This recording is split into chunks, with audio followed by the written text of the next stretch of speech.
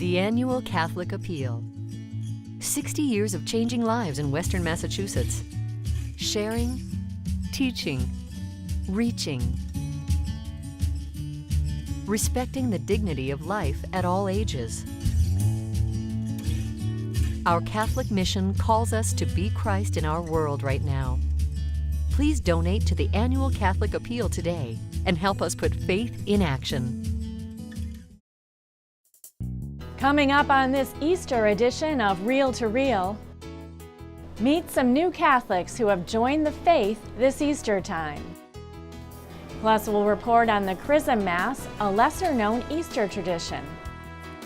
And Carolee McGrath introduces us to a New Hampshire teen who has overcome 2 disabilities. It's all just ahead on this Easter edition of Reel to Reel. Hello and welcome to Reel as we mark the great feast of Easter. But the joy of this weekend's celebration was in contrast to the sadness experienced this past Monday when news and images of the fire at Notre Dame Cathedral in Paris spread across the globe.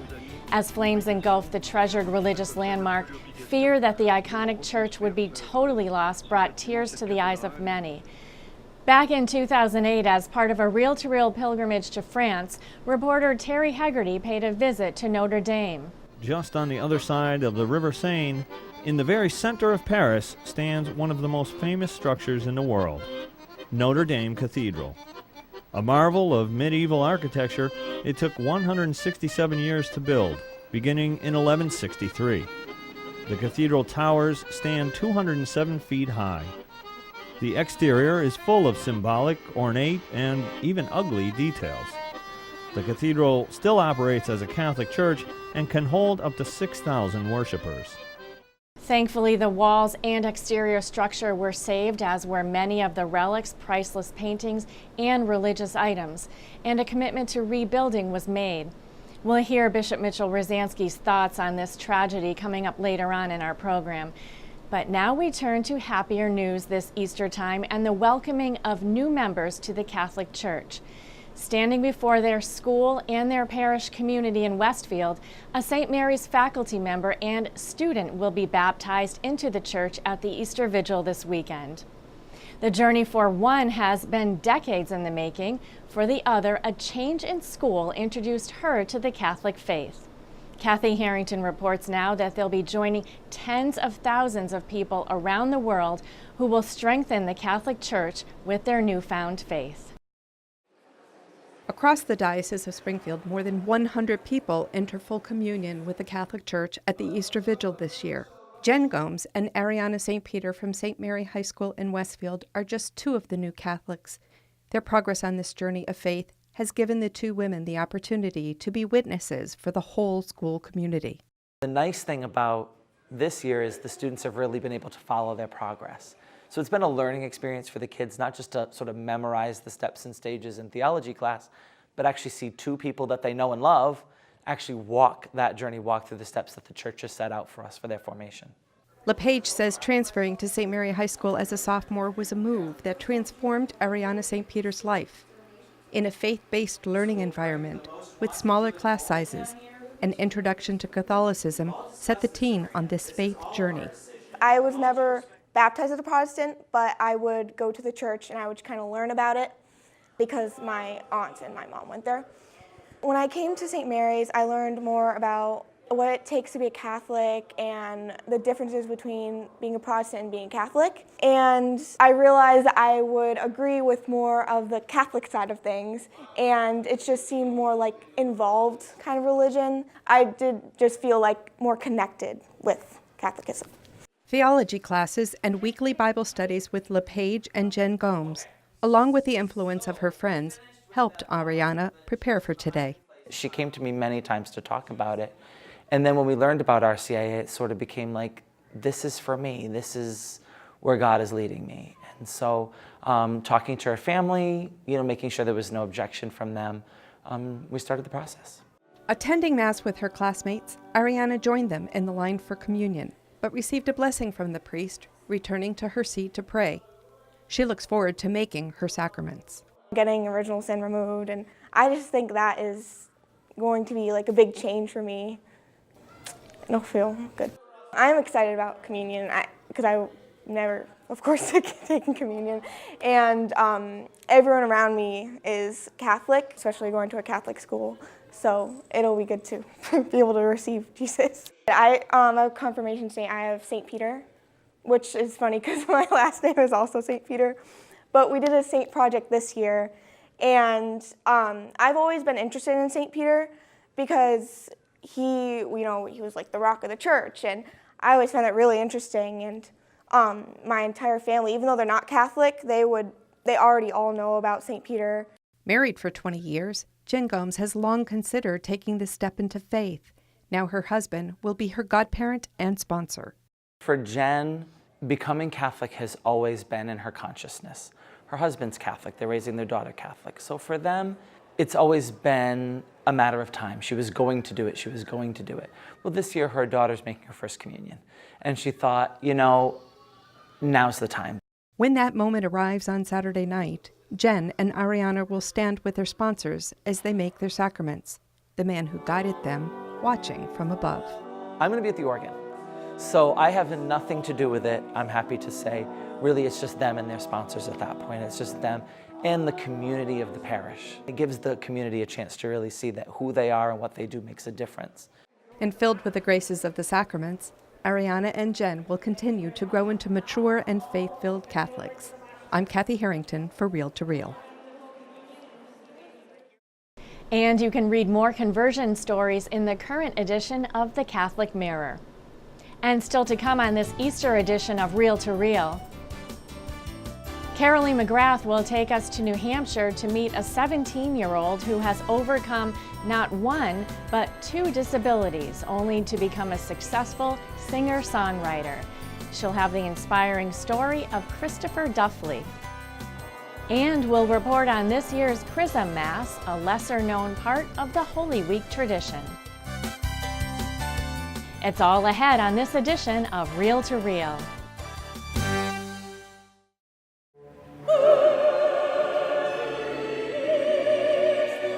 The Chalice of Salvation, your weekly spiritual connection. I'm Passionist Brother Terrence Scanlon, your Chalice host, inviting you to celebrate Easter Sunday morning with us. This week, Bishop Mitchell Rosansky will celebrate Easter Sunday Mass from St. Michael's Cathedral. The Chalice of Salvation, Sunday morning at 10 on 22 News WWLP, and coming up next on Albany's Fox 23 WXXA. The Annual Catholic Appeal. 60 years of changing lives in Western Massachusetts. Sharing, teaching, reaching. Respecting the dignity of life at all ages. Our Catholic mission calls us to be Christ in our world right now. Please donate to the Annual Catholic Appeal today and help us put faith in action.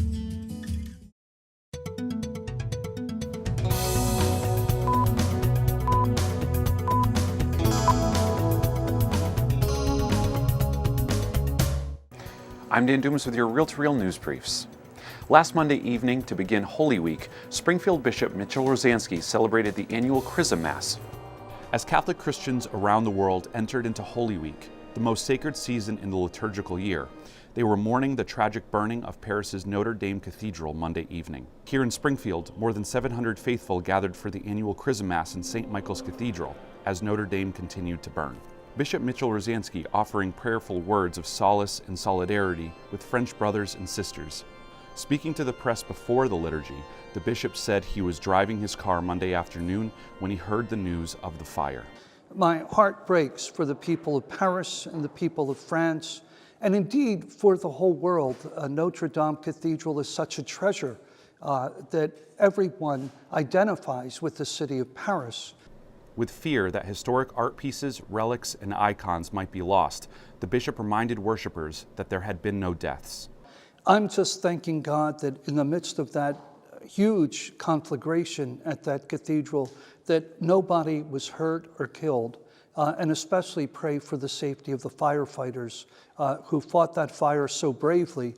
While acknowledging the magnitude of the destruction, The bishop reminded those gathered that faithful is more than just a building and that no force on earth has ever been able to destroy it. Hopefully this will instill in the people of France and in the world an inspiration to continue to practice the treasure that is our Catholic faith. The majority of those gathering for the annual Chrism Mass were preparing to receive sacraments and fully join the Catholic faith this weekend as part of the Easter Vigil liturgy. The Mass celebrates the blessing of holy oils and the annual renewal of priestly vows. It was attended by priests, deacons, and religious, along with parishioners and confirmation students from throughout the diocese. Also present were transitional deacons Paul Norman, Dennis Scavera, and John Dewey Lee, who are preparing for ordination to the priesthood this June. The 3 deacons carried the oils to the altar to be blessed by the bishop. 3 types of oils are used for the sacraments in the church: oil of chrism, oil of the sick, and oil of catechumens. Following the blessing, the oils were poured into individual containers brought by parishes in the diocese to be used throughout the rest of the year. Bishop Rosansky also celebrated the Mass of the presentation of the oils on Tuesday, April 16th at 7 p.m. at St. Joseph's Church in Pittsfield. Finally, this year's spring musical performance by the Pope Francis Players promises to be a unique and unprecedented event. Sharon Roulier takes us backstage as the performers put the final touches on Alice in Wonderland and the Wizard of Oz.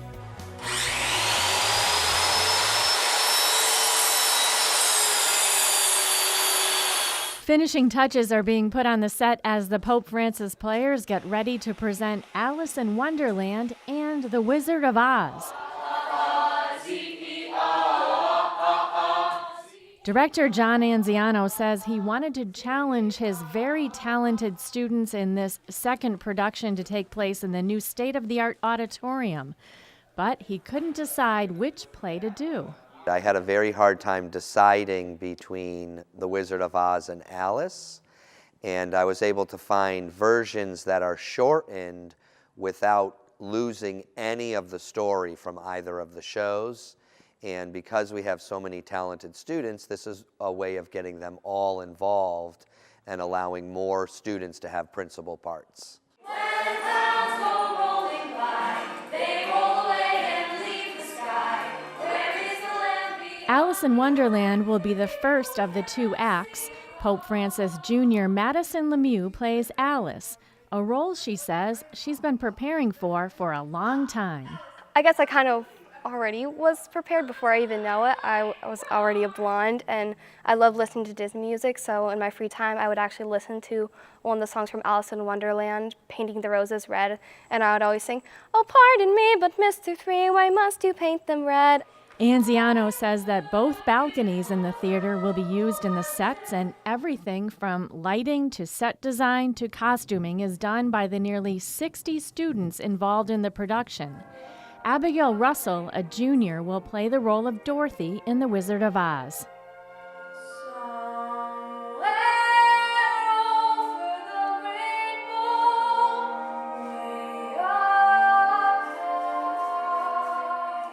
Abigail says she is both nervous and excited to step into Judy Garland's shoes. It's really, really nerve-wracking.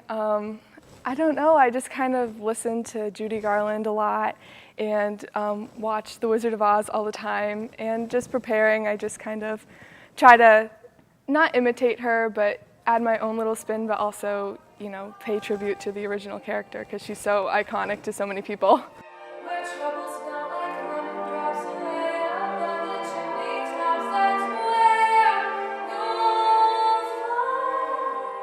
Alice in Wonderland and The Wizard of Oz will be on stage at Pope Francis Prep, 99 Wendover Road in Springfield, Friday, April 26th at 7 p.m.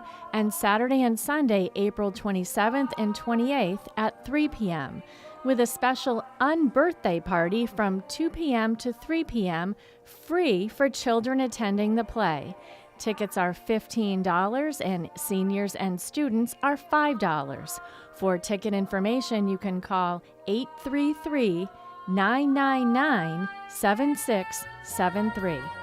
And remember, you can always stay informed on all the latest news in the Catholic Church, locally and beyond, by logging on to iobserve.org. There you can read articles written by our Catholic communications staff, as well as view archived episodes of Real to Real. That's iobserve.org.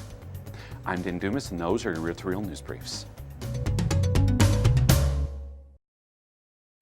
In many European countries, colored eggs are a part of the Easter celebration.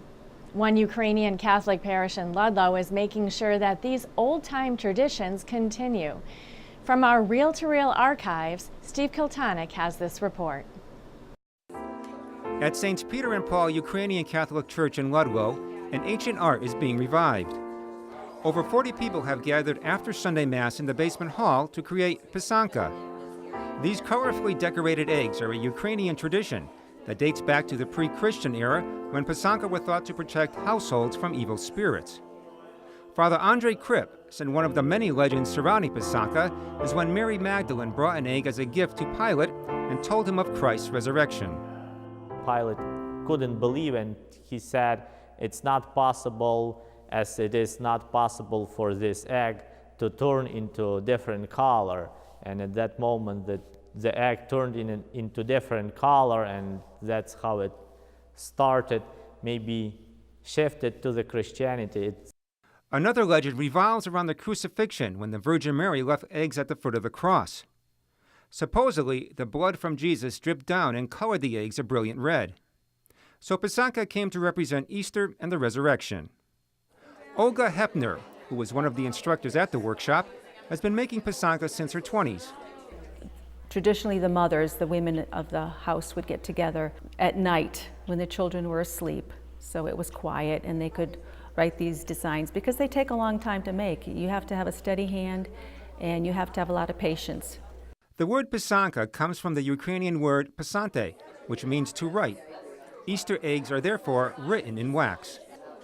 Various regions and towns have their own traditional pisanka colors, dyes, and styles. The different colors used in dyeing the eggs are symbolic. White would mean purity or birth. Yellow would mean recognition and reward. Blue is for the sky. Green is spring, hopefulness. And red would be the divine love and passion of Christ. And black would be for eternity. The designs also have special meaning. The cross represents the resurrection, flowers, springtime and hope, chickens, fertility, and the triangle, the Holy Trinity. The Pisanka Workshop is the largest in the 3 years it's been held here. The event was free to all thanks to a grant from the Ludlow Cultural Council. Each attendee received a bag with all the Pisanka ingredients.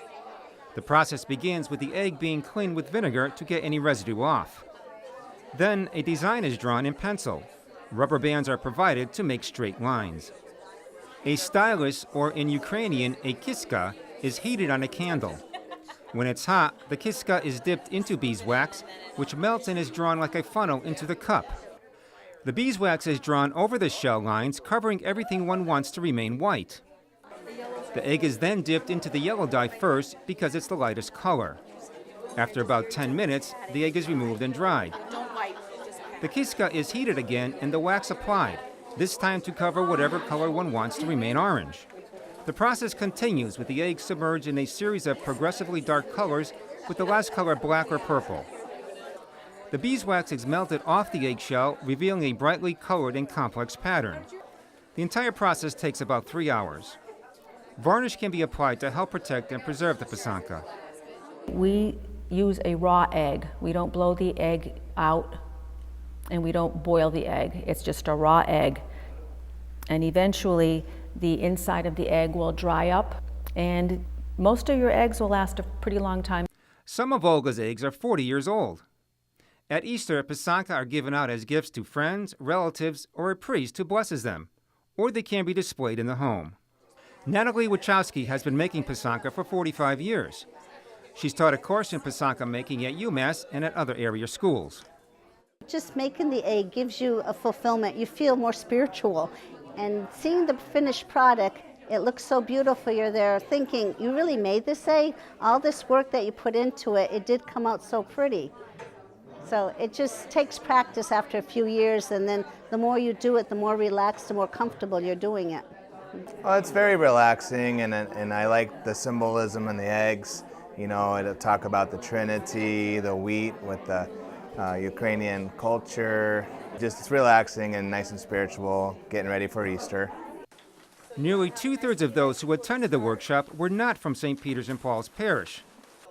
Hepner says this helps to ensure Pasakha will be kept alive and passed down to future generations. Hopefully this will bring this tradition out into the public. More people will hear about it and see the beauty in our Pisanki, because they really are a beautiful tradition and a beautiful work of art. Basically, it's a good time for other people to see our tradition, to see what we do, and also to see our church and maybe learn something new about our faith. The traditional Ukrainian art of the Pasakha is alive and well at this Catholic Eastern Rite Church. For Real to Real, I'm Steve Kiltonic. April is known as World Autism Awareness Month. And for one young New Hampshire teen, being blind, much less being diagnosed with autism, hasn't stopped him from finding his voice. Pro-Life of Pioneer Valley will be holding its annual breakfast April 27th, and the keynote speaker this year is that young man who is breaking down the barriers for people with disabilities. Carolee McGrath introduces us now to Christopher Duffley. Open the eyes of my heart, Lord. Open the eyes of my heart. I want to see you. I want to see you. At 17 years old, Christopher Duffley is doing things most teens only dream of. He's a singer-songwriter. He has performed in front of packed audiences from coast to coast. He sang the national anthem at the Red Sox game.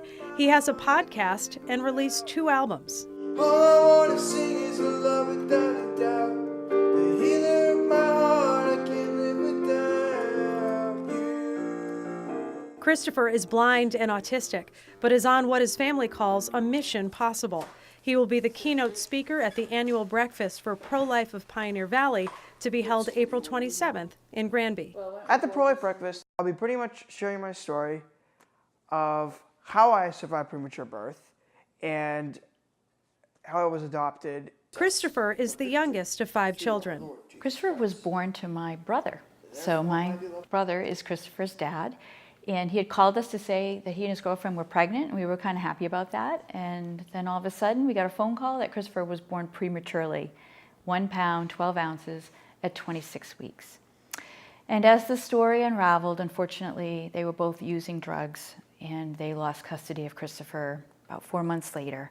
Christine and her husband Stephen had just had their 4th baby, but they couldn't help worrying about Christopher in foster care. So she traveled from New Hampshire to Florida to find him. I went through the week praying very intently, but by the end of the week, I was desperate to know. And I just got down on my face, literally, and I asked God, you know, what's the answer? But I heard him talk gently to my heart, like, do not be afraid. I will help you through this. That's weird, because I don't physically hear stuff like that. I know. Well, it's that whisper that you hear in your heart when you come before the Lord and you're seeking His will.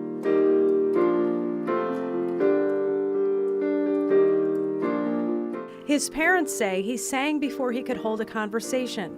His father, Stephen, introduced him at a Christian conference in New Hampshire where he sang "Open the Eyes of My Heart" when he was 10 years old.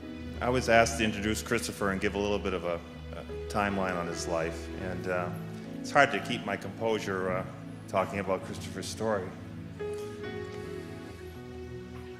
But he was born in May of 2011. 2001.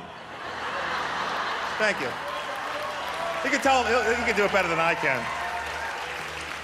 I have to go back a few years, yeah.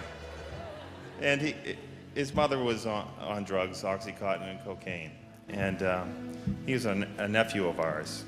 And we went down to Florida and took him out of the foster care system in August of 2002.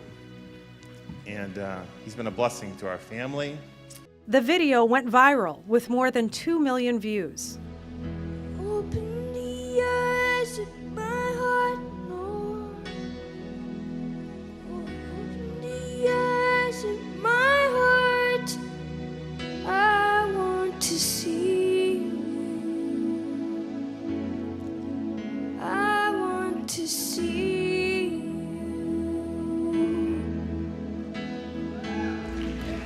I was just having a pretty good time out there, just praising God, you know, taking all the other video stuff and whatnot for granted. Plus, I couldn't even see the darn camera. Lauren Daigle has a beautiful Christmas song, and I think one of the phrases in it is, "Come and see what God has done." Can you believe what God has done through your son? Yes and no, right? Right. Well, Christopher, you're Yes right. and no. Yeah. Yes and no. That, first of all, I'm humbled. And my husband would say the same thing. We're very humbled how this viral video has affected people. That our yes has created this tidal wave. But there's a lot to Christopher. There are teachers, there are so many other people that when we share our story, we want to make sure that God is given the glory for this great orchestration. Christopher is now a sought-after speaker and performer, booked at churches, schools, disability ministry events, and for corporate events. The whole pro-life issue, unfortunately, becomes political, with people getting fired up on both sides. But Christopher Duffley cuts through that brilliantly and beautifully with his story and his music, showing people that everyone's life matters and that everyone has purpose. My second or third main message, I guess, is to not judge, to not just prejudge on the outside. Get in the inside first. When we talk about people with disabilities, we talk about a complete community. We go back to the scripture of that we are many parts and we are all one body. And that's a significant thing because what Christopher brings to the world, someone else cannot. Mother Teresa says it beautiful. What you do, I cannot do. And what I do, you cannot do. Let's say they have autism or Down syndrome or something else. If they can do what they do, they're good for who they are. That's literally what my other main message is here. And that is what I'm trying to spread around the globe here. Holy, holy, holy. And he certainly is, reaching out to people who are in the church and those who've been away from the church. He's reaching out to people who consider themselves pro-life and those who are lukewarm on the issue, opening the eyes of their hearts through his music and his message. Reporting for Reel to Reel, I'm Carolee McGrath.